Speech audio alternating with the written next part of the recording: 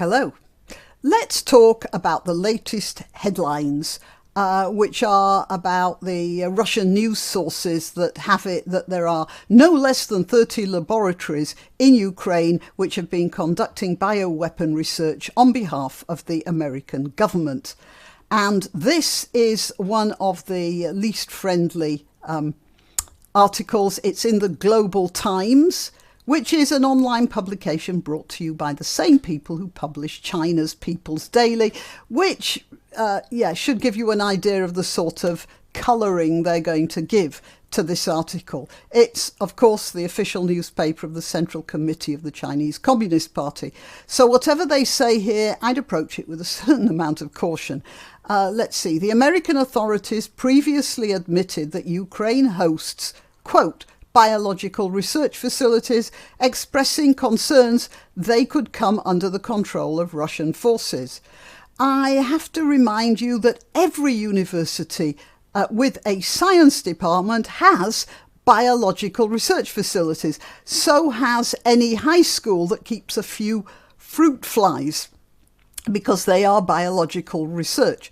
Okay, the Russian Defense Ministry on Thursday announced that the US-funded biological labs located in Ukraine were conducting experiments with bat coronavirus samples. Well, let's think about that. Even if that were true, bat coronaviruses are a staple of viral research because there are so many of them, and they're fairly easy to collect. That doesn't mean that the Ukraine has been doing gain-of-function experiments with bat coronaviruses like they've been doing, for instance, in a certain place that I can't name for fear of getting thrown off YouTube. And moving swiftly on, according to the documents, the American side planned to conduct work on pathogens of birds, bats and reptiles in Ukraine in 2022, with further transition to studying the possibility of carrying African swine fever and anthrax. Chief spokesman for the Ministry of Defense, Major General Igor Konashenkov, said, or Konashenkov, whatever. Again, that's standard research. And remember that Ukraine is probably on the bird migration route of avians going from Northern Europe to Africa for the winter and then back. And the possibility of them bringing diseases back with them when they sort of drop off for a rest in some field in Ukraine is something that a country that has such a big agricultural base would be worried about. Anyway, in the next sentence, the Global Times gives the game away. In addition, the facilities were studying the possible spread of pathogens via wild birds migrating between Russia, Ukraine and other countries in the region. So that's a perfectly legitimate branch of research, isn't it? The purpose of this, now this is what they say, nobody else has said this, except maybe the Russians.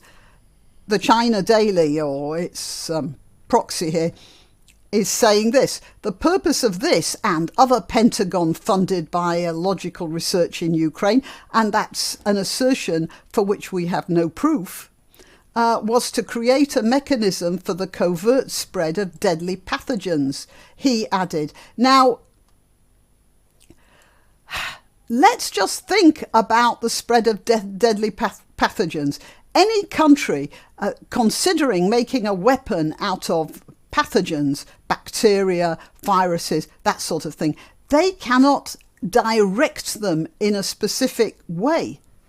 And we've discovered that when the first outbreak of a deadly pathogen that we have recently come to terms with was in a place which can't be named because I'd be afraid of being thrown off YouTube.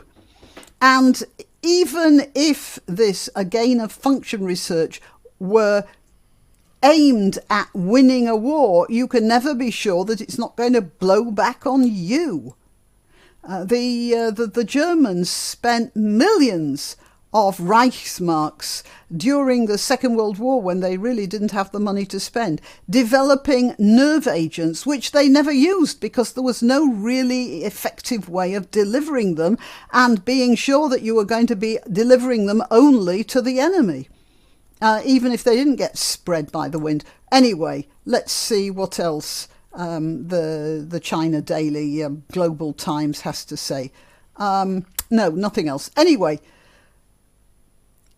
it would be very convenient for the Russians if they actually had found such facilities, of course, because that would give them every excuse to, get their retaliation in first, as some American general said.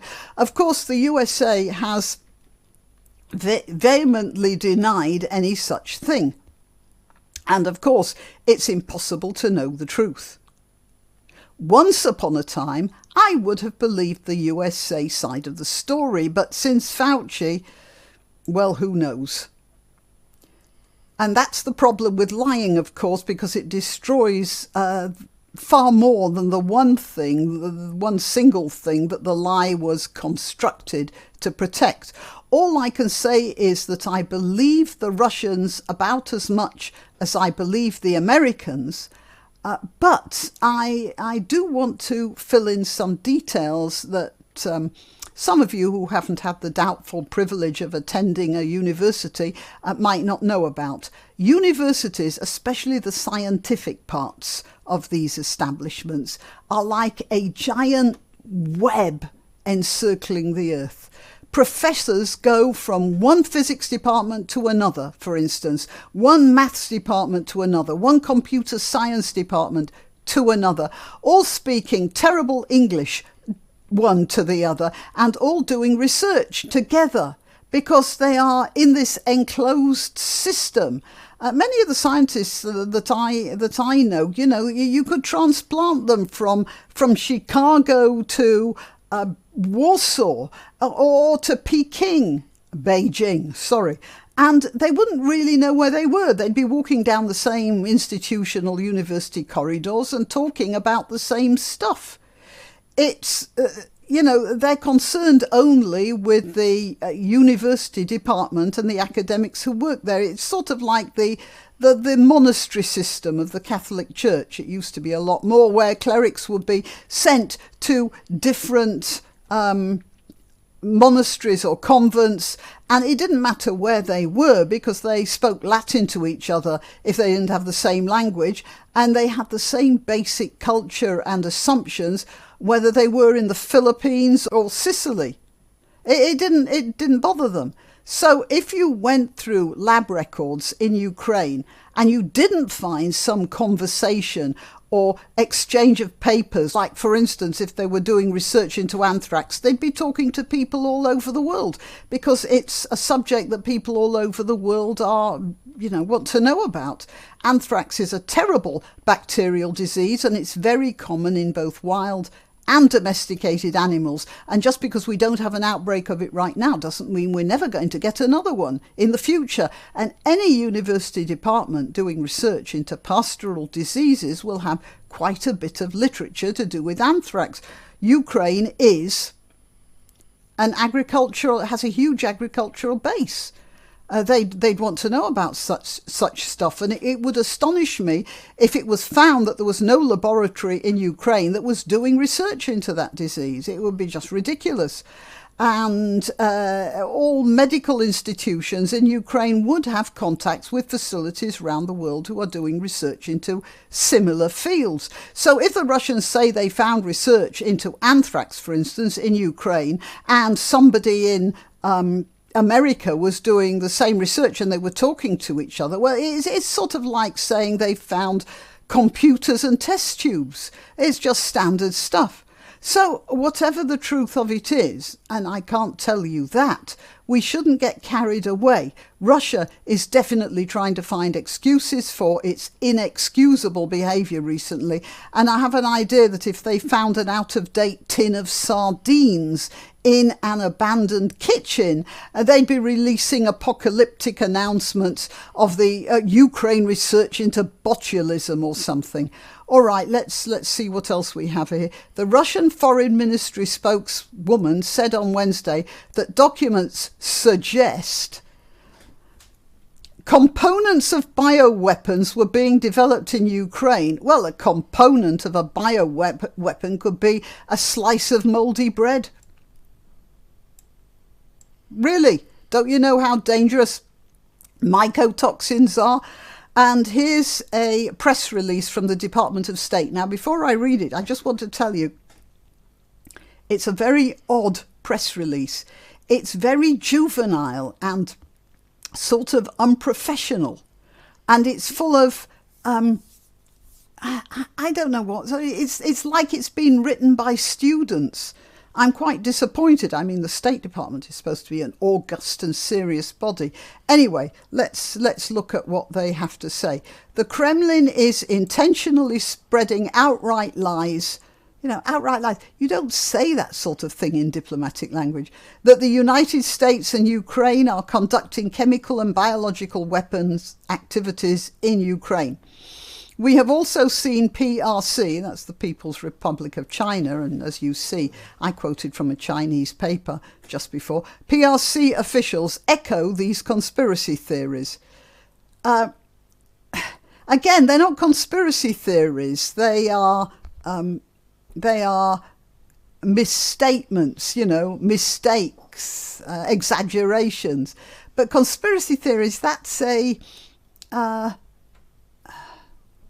casual expression somehow. I don't know, maybe you don't feel the same way about it as I do. This Russian disinformation is total nonsense. Again, casual language. And not the first time Russia has invented such false claims against another country. Also, these claims have been debunked. Not debunked. Proved wrong. Proved inaccurate. Debunked? Conclusively and repeatedly over many years.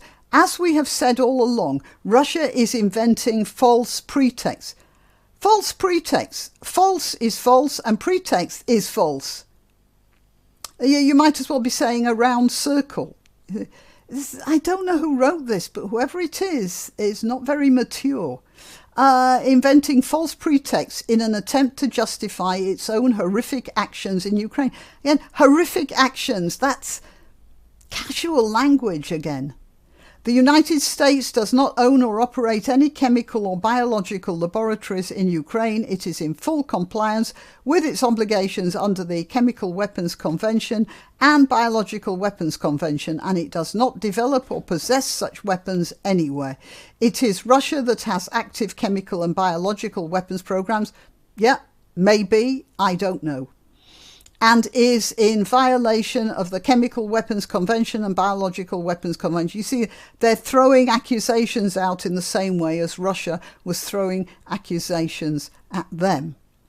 As I said, I don't believe the USA much more than I believe the Russians in the general way of things recently. But seeing as it's Russia that's invading Ukraine, I suppose we have to give the weight of veracity to the Ukrainians this time. After all, a short time ago, I mean, like the end of January, Putin was saying that he wouldn't invade Ukraine, wasn't he? So, you know... So much for that little bit of assurance. Okay, well, I am Graniopteryx. I am to be found on YouTube, Rumble, BitChute and Minds.